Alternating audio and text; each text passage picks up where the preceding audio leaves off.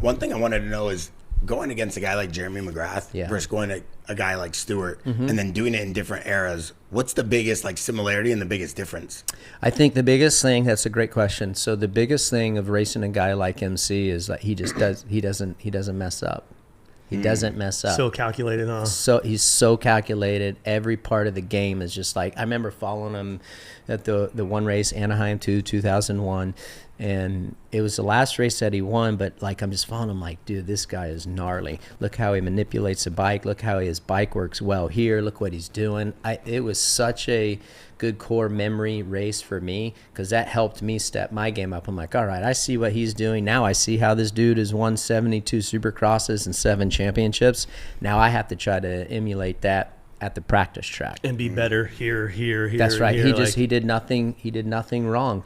Whereas, James coming up or Chad or those guys, they just seem like they would throw away a race. They'd give you that 5th or that 7th. You knew if you could just sit back, you're like, oh, they're going to make a mistake anyways. Right. I'll be ready to strike. That's right. Yeah. You could never bank on MC crashing. Yeah. Ever. I feel like when he rode, his style was just so smooth, and it looked like he was riding a BMX bike around, like you said, he would manipulate the bike and make it do whatever he wanted. It was like a little BMX bike. He could just put it in places where certain dudes couldn't. But that's where I think that I kind of changed. Not only did I get in shape, and everyone had to get in shape, but I think I was the first guy after MC to be able to come into the game and be a little sloppy on the bike, not be precise. I'm sure it's like that in UFC. You got guys that aren't super, super perfect, but are just tough as shit and somehow can beat the guy that is on paper should win. Yeah. And that's really how I was able to. I knew that MC wasn't willing to get out of the comfort zone.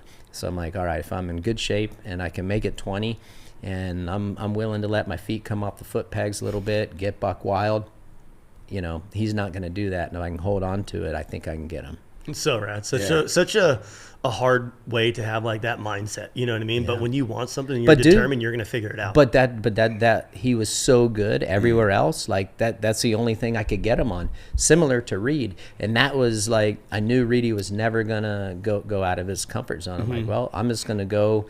I'm going to work on my speed, get uncomfortable. And then that was what was so hard to beat about James is I couldn't beat him on speed and Supercross. I don't ever think that I ever beat him in Supercross without him crashing or getting a dead last start. I think he always beat me straight up, and I always had to win on a technicality with him. Were you battling Reed when you went off the track and hit the boat? Yep. That was gnarly. It was us three, Stu and Reedy right. and I. Yep. I was me and Stu were 1-2. Chad was 3, and were you tripping? I was tripping because those whoops were gnarly. And James, he didn't give a damn, dude. And he was going for it, and they were peaked. Yeah. They weren't forgiving. They're as hard as this table. And, I'm like, dude, well, I got to send it if I'm going to beat this dude.